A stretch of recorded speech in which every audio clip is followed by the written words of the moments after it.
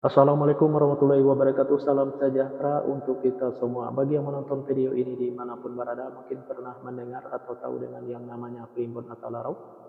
Kalau pernah mendengar atau tahu dengan yang namanya primbon atau larau ini, apakah penonton tahu apa arti dan maksud atau tujuan dari primbon atau larau ini?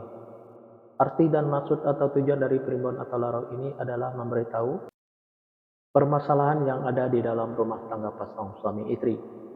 Salah satu di antaranya saya akan memberitahu bagaimana cara menghadapi atau mengatasi permasalahan yang ada di dalam rumah tangga pasangan suami istri kalau nama awal suaminya W dan kalau nama awal istrinya E. Dan saya juga akan memberitahu bagaimana karakter atau sifat anak pasangan suami istri kalau nama awal suaminya W dan kalau nama awal istrinya E ini. Dan bagaimana juga cara mendidik anak pasangan suami istri ini dan cara menghindari pertengkaran antara pasangan suami istri ini dan usaha pasangan suami istri ini. Nah, tonton video ini sampai selesai.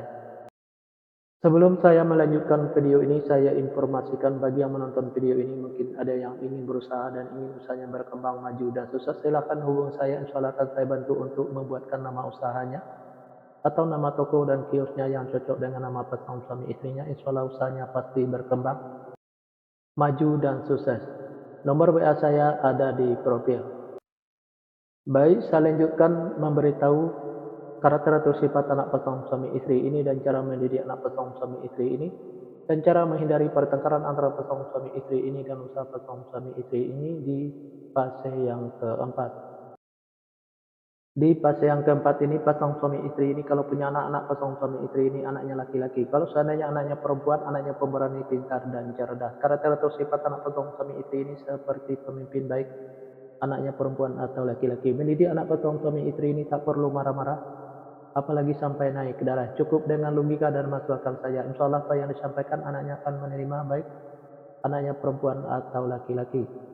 Pasangan suami istri ini gampang tersinggung baik suaminya maupun istrinya. Untuk menghindari pertengkaran antara pasangan suami istri ini, kalau suaminya lagi marah-marah jangan diladenin, dan kalau lagi emosi jangan ikutin emosinya, dan kalau istrinya juga lagi marah-marah jangan diladenin, dan kalau lagi emosi jangan ikutin emosinya.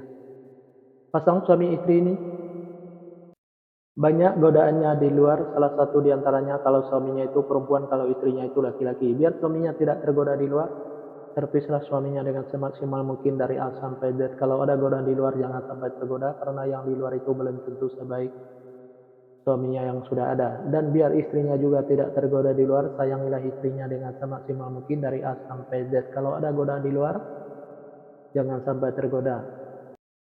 Karena yang di luar itu belum tentu sebaik istrinya yang sudah ada. Pasangan suami istri ini apa yang diusahakan selalu berkembang maju dan sukses, dan apa yang direncanakan selalu terlaksana, dan apa yang dicita-citakan selalu tercapai. Fase yang kelima, pasangan suami istri ini kalau punya anak-anak pasangan suami istri ini anaknya laki-laki. Kalau seandainya anaknya perempuan, anaknya pemberani, pintar dan cerdas. Karakter atau sifat anak pasangan suami istri ini seperti pemimpin baik, anaknya perempuan atau laki-laki. Mendidik anak pasangan suami istri ini tak perlu marah-marah apalagi sampai naik darah. Cukup dengan logika dan masuk akal saja. Insya Allah apa yang disampaikan anaknya akan menerima, baik anaknya perempuan atau laki-laki.